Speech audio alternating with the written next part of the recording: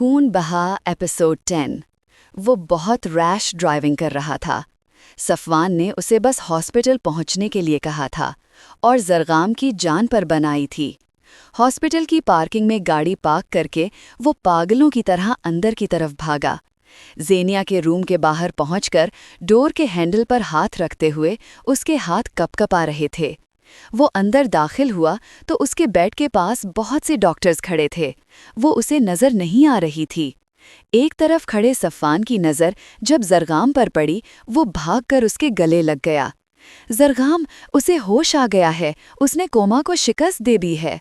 صفوان کی آواز اسے بہت دور سے آتی سنائی دی۔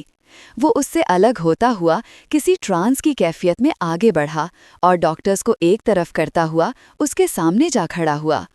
زینیا کی نظر جب اس پر پڑی، وہ نکاہت سے مسکرائی۔ زرغام نے جھک کر اس کی پیشانی چومی تو وہ بے آواز رونے لگی۔ اس نے اس کے آنسو اپنے پوروں پر چن لیے اور اسے چپ رہنے کے لیے نفی میں سر ہلایا۔ ڈاکٹرز اسے مبارک دیتے ہوئے وہاں سے جانے لگے۔ وہ زینیا کا ہاتھ پکڑ کر اس کے پاس بیٹھ گیا۔ صفوان بکھرا سا خوشی سے سرشار ایک سائٹ پہ کھڑا تھا، جبکہ زرغام ابھی تک بے یقینی کی کیفیت میں تھا۔ وہ یہ تسلیم کرنے میں متامل تھا کہ وہ واقعی میں لوٹ آئی ہے۔ ایک نرس آ کر اسے مختلف مشینوں سے آزاد کرنے لگی۔ بہترین علاج سے وہ جسمانی طور پر بالکل صحت مند تھی۔ دونوں بہن بھائی بس خاموشی سے ایک دوسرے کو دیکھ رہے تھے۔ زرغام کے پاس پوچھنے کے لیے بہت سے سوال تھے، لیکن وہ ابھی کوئی بھی جواب دینے کی پوزیشن میں نہیں تھی۔ زرغام ڈاکٹر سے اسے گھر لے جانے کی پرمیشن لینے کے لیے روم سے نکل گیا۔ اس کے جانے کے بعد صفوان چلتا ہوا اس کے قریب آیا اور بینچ پر بیٹھ گیا۔ زینیا نے الجھن بھری نظروں سے اسے دیکھنے لگی، جیسے اسے پہچاننے کی کوشش کر رہی ہو، لیکن بہت کوشش کے بعد بھی اسے وہ یاد نہیں آ رہا تھا۔ صفوان کو ڈاکٹرز نے پہلے ہی بتا دیا کہ کچھ لوگ اس کنڈیشن سے باہر آنے کے بعد اپنی یادداشت کا ایک حصہ بھول جاتے ہیں، لیکن وقت کے ساتھ انہیں یاد آ جاتا ہے۔ آپ کون؟ وہ ڈری سہمی سی آواز میں بولی۔ میں زرغام کا دوست ہوں۔ اس کے جواب پر وہ دروازے کی طرف دیکھنے لگی جہاں سے زرغام گیا تھا۔ صفوان سمجھ گیا کہ اسے اس کا اتنا قریب بیٹھنا اچھا نہیں لگ رہا۔ وہ ایک آہ بھر کر اس سے دور ہٹ کر دیوار کے ساتھ ٹیک لگا کر کھڑا ہو گیا۔ موسم بہت خوشگوار ہو رہا تھا۔ زرغام نے ویل چیئر سے اسے بازوؤں میں اٹھا کر احتیاط سے گاڑی میں بیٹھایا اور صفوان سے گلے ملا۔ جب وہ ٹھیک ہو جائے گی تو میں تم آ جانا صفوان، لیکن ابھی اسے کچھ وقت لگے گا۔ زرغام، میں اس کی ذمہ داری اٹھانے کے لیے تیار ہوں۔ نہیں، میں تمہیں کسی آزمائش میں نہیں ڈالنا چاہتا۔ فی الحال وہ میری ذمہ داری ہے۔ وہ اس کا کندھا دباتا ہوا ڈرائیونگ سیٹ کی طرف بڑھ گیا۔ صفوان نے اپنے موبائل میں چپکے سے اس کی ایک تصویر لی اور تب تک وہاں کھڑا رہا جب تک اس کی گاڑی آنکھوں سے اوجھل نہ ہو گئی۔ اس کی گاڑی کے مخصوص ہارن پر زینب کا دل دھک دھک کرنے لگا۔ وہ سر جھکائے کمرے میں بیٹھی رہی۔ تھوڑی دیر کے بعد اسے باہر سے زائرہ بیگم کی رونے کی آواز آئی تو وہ تجسس کی وجہ سے باہر نکل آئی اور سامنے کا منظر دیکھ کر وہ ٹھٹک گئی۔ جہاں زائرہ خاتون زینیا کو سینے میں بھینچ کر زاروں قطار رو رہی تھیں، وہ اسے دیکھنے کے لیے تھوڑا اور آگے بڑھائی اور زائرہ خاتون کے پیچھے آ کر کھڑی ہو گئی۔ کالے کلر کے قمیض شلوار میں ہمرنگ دوپٹہ رکھے وہ بہت ہی پیاری لگ رہی تھی۔ زرغام علی خان کی نظر جو اٹھی تو پلٹنا بھول گئی۔ وہ آج پورے 1 ماہ کے بعد اسے دیکھ رہا تھا۔ زائرہ خاتون اس سے الگ ہوئیں تو زینیا کی نظر زینب پر پڑی تو اس نے مسکرا کر زرغام کی طرف دیکھا۔ زرغام نے زینب پر سے نظر ہٹا کر مسکرا کر اسے دیکھا۔ یہ بھابھی ہے ہماری۔ زرغام نے اس کے چہرے پر ایک الگ چمک دیکھی اور اس بات میں سر ہلایا۔ زینیا نے اس کے لیے اپنی باہیں پھیلائیں تو وہ تھوڑا جھجک کے بعد اس کے گلے لگ گئی۔ زینیا کے ساتھ شہر سے ایک کل وقتی نرس بھی آئی تھی۔ اگلی صبح بہت خوشگوار تھی۔ زینیا کو رات بھر نیند نہیں آئی تھی اور زرغام بھی اس کے ساتھ جاگتا رہا تھا۔ اسے ڈر لگ رہا تھا کہ یہ نہ ہو کہ ایک بار پھر سے وہ سوئے اور واپس نہ اٹھے۔ رات گئے زینیا نے اسے زبردستی کمرے میں بھیجا اور کئی دنوں کی بے آرامی کی وجہ سے اس کی آنکھ 10 بجے کے قریب کھلی۔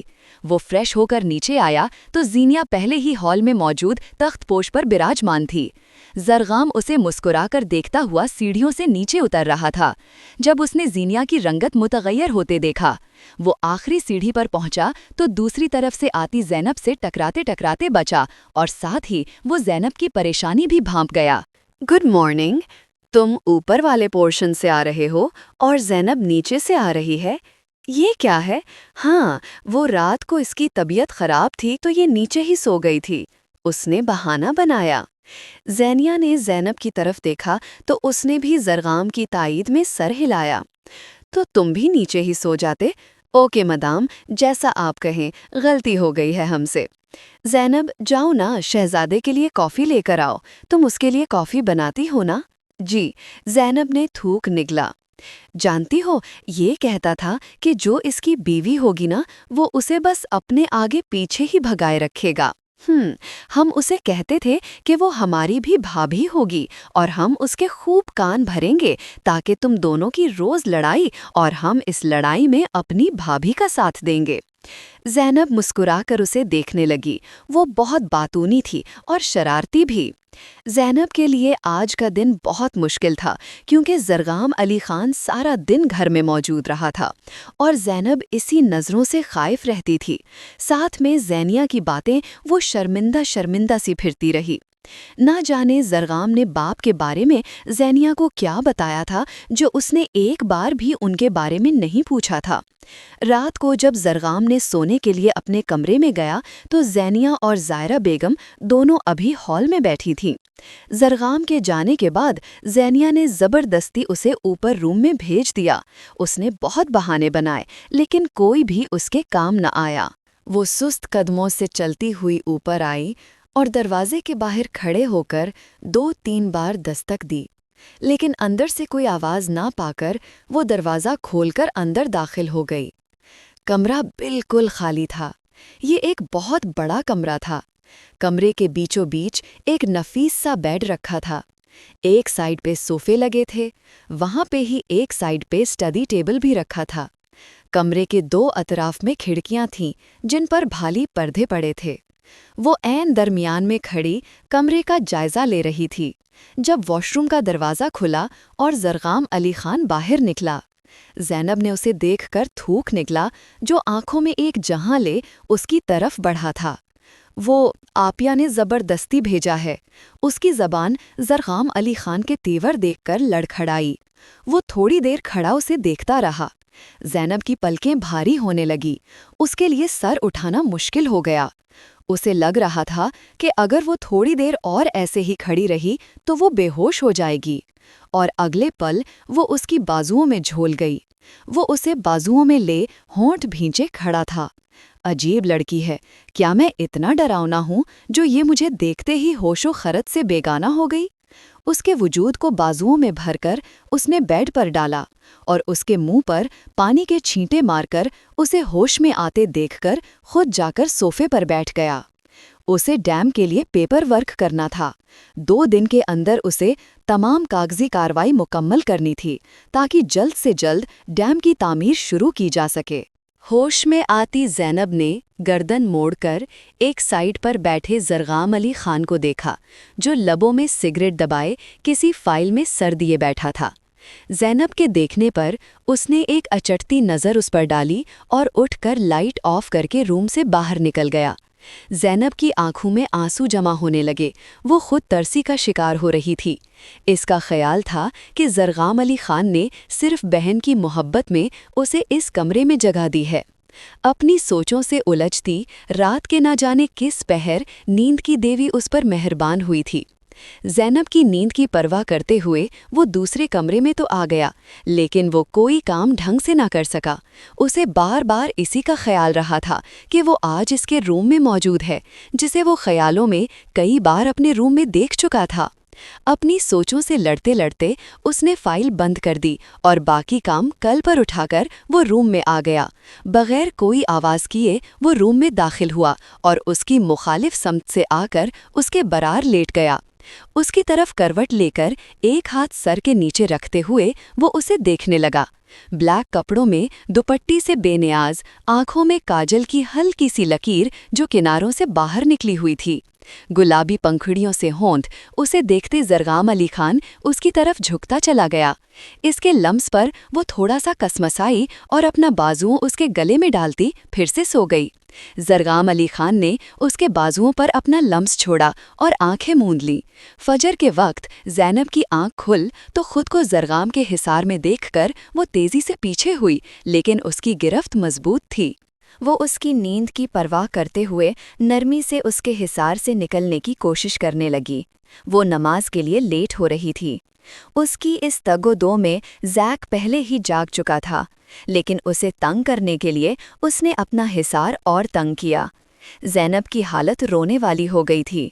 زرغام علی خان نے اسے مزاحمت ترک کرتے دیکھ کر اپنی گرفت ڈھیلی کی اور رخ موڑ کر لیٹ گیا۔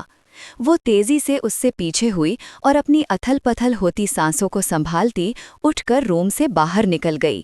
وہ زینیہ اور ظاہرہ خاتون ناشتہ کر رہی تھیں۔ جب وہ تیزی سے سیڑھیاں اترتا نیچے آیا اور سب کو سلام کرتا ہوا زینب کے جھکے سر پر ایک نظر ڈال کر اس کے عین سامنے والی چیئر سنبھال لی۔ زینب کے لیے نوالا حلق سے اترنا مشکل ہو گیا۔ صبح والا واقعہ یاد کر کے اس کی ہتھیلیاں بھیگنے لگیں۔ اس نے ایک چور نظر زرغام علی خان پر ڈالی، وہ خشمگین نظروں سے اسے ہی گھور رہا تھا۔ وہ اس کی نظروں سے خائف ہوتی ہوئی ظاہرہ خاتون کی طرف دیکھنے لگی۔ زرغام علی خان کو زینب پر غصہ آ رہا تھا۔ وہ صبح نماز کے بعد اس کا انتظار کرتا رہا، لیکن وہ واپس روم میں آئی ہی نہیں۔ مما، میں چلتا ہوں، بیٹھک میں کچھ لوگ میرا انتظار کر رہے ہیں۔ بیٹا، ناشتہ تو کر لو۔ نہیں، بھوک نہیں ہے۔ وہ زینب کو ایک نظر دیکھتا بیرونی دروازے کی طرف مڑ گیا۔ زرغام اس وقت بالکل خاموش بیٹھا تھا، کیونکہ لوگوں نے اسے بتایا تھا کہ جس جگہ پر ڈیم بننا ہے وہاں کی کچھ زمین سفیر خان کی ہے، جو کہ سلطان خان کا بھانجا ہے۔ سردار زرغام، اگر اس نے زمین دینے سے انکار کر دیا تو؟ آپ لوگ پریشان نہ ہوں، میں کرتا ہوں کچھ۔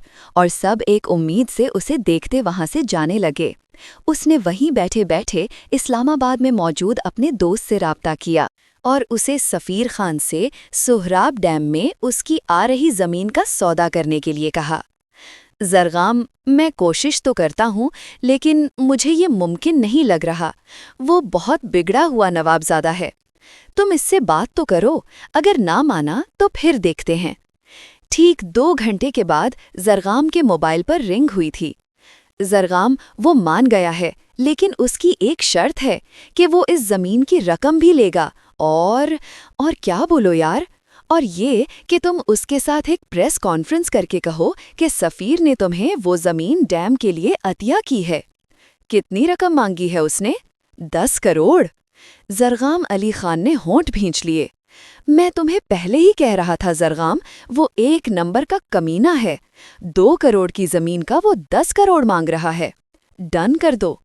لیکن زرغام، یہ گھاٹے کا سودا ہے، اس کا اجر اللہ کے ہاں بہت زیادہ ہے۔ تم نہیں جانتے روما کے کنویں کی کہانی؟ بیر روما ایک صحابی کی ملکیت میں تھا جن کا نام روما الغفاری رضی اللہ عنہ تھا۔ وہ اس کنویں کا پانی فروخت کیا کرتے تھے۔